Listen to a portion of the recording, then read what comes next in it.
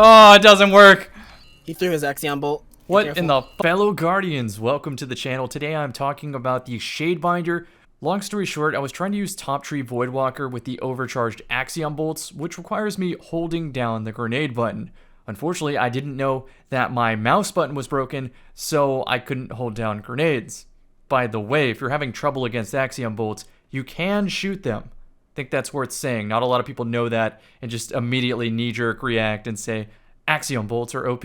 They're very good. Even the simple act of having to shoot them and taking the time to shoot them still makes it a very powerful grenade for playing aggressively. But back on topic, obviously Axion bolts are really good and I wanted to use them, but I couldn't. So I had to choose the next best thing.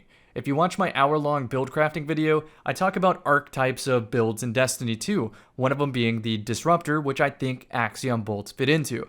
Disruptors make the opponent very uncomfortable and move as a result. So Axion bolt lands, scans an area, the enemy has to immediately decide, can they shoot it? If they can't, then they ask the question, can I tank the grenade and still win the gunfight? Or, most often, I can't do either, so I should probably run away. Axion bolt is the best at this, but I think there is some merit to the overall kit of ShadeBinder, and that's what we're talking about in today's video. If you pay attention to the team composition, you'll notice that we run 2 disruptors with 1 zoner.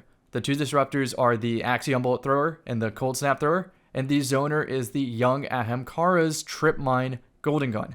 So you can't really run through that trip mine if it's placed correctly. You have to try to bait it out, take a little bit of extra time to break it, that sort of thing. And so when combined with an Axion bolt, they have to run, but they can't run into the trip mine or they take mega damage. The same could be said for the cold snap grenade. If there is a hallway with a very low ceiling, you can't exactly jump over the cold snap, so you kind of have to take it, which means that if they're frozen in place, they will get hit by an Axion bolt. So it works in perfect harmony, where you're working with your zoner to deny space, and then your disruptors to make them uncomfortable enough to move into that zoning.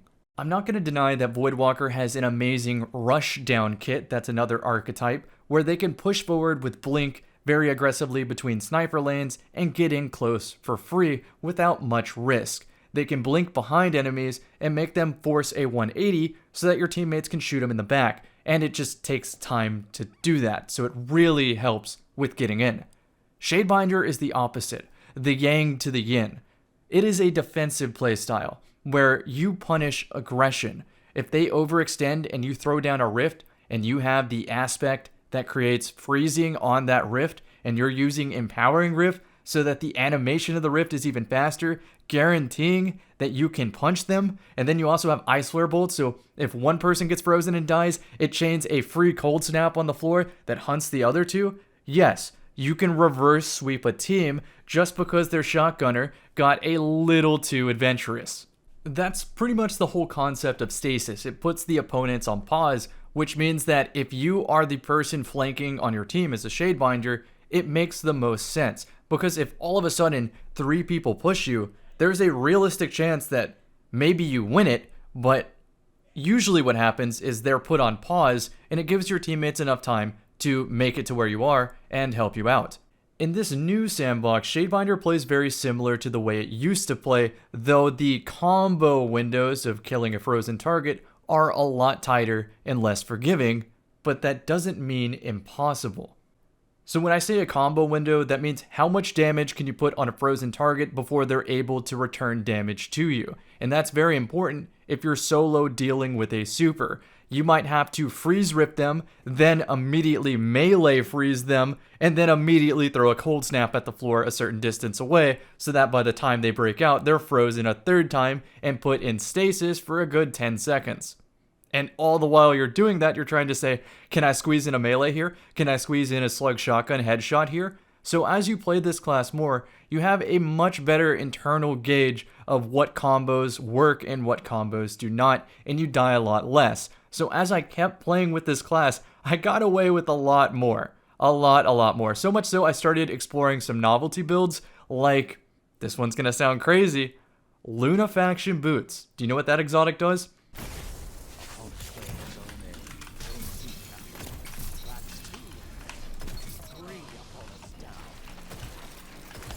This is a perfect map for the toaster. Oh, the toaster. Oh, I did it. The toaster Geki? So hear me out. I'm going to walk through every part of the Lunafaction Rift combo. So if I'm playing ShadeBinder and I use the Rift aspect, if I throw down a Rift, someone gets frozen. If I'm using Lunafaction boots, my Empowering Rift, which is the faster animation, gets max range on my weapon. So this can push out my shotgun to 20 meters. The shotgun I'm using is called the Blasphemer. You can get this from the Altars of Sorrow mission every other 3 days or something like that. It's a 3-day cycle. The perk on this weapon is Swashbuckler. So if I get a kill, it gives a very small damage stack, and if I stand in the rift with one of those damage stacks, I can body shot. But we can do even better than that. If I get a melee kill, which is pretty easy because they're going to be frozen right next to me, I get 5 stacks of Swashbuckler, which allows me to body shot when I leave the rift. But why would I leave the rift? It's a Lunafaction rift after all, which means I can body shot them from 20 meters away.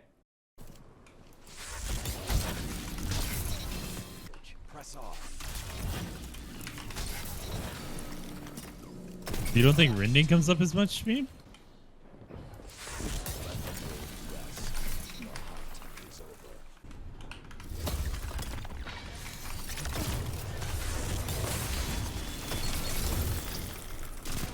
So yeah, if Lunafaction boots aren't your speed, if it seems too gimmicky, you could maybe try Karnstein armlets, so that way if you really crutch on your freeze rift, you can turn your melee kills into getting your health back.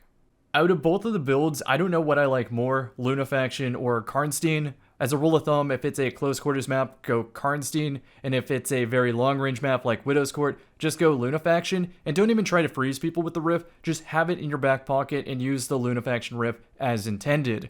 The energy weapon that I'm using with this Blasphemer shotgun is the BXR Battler.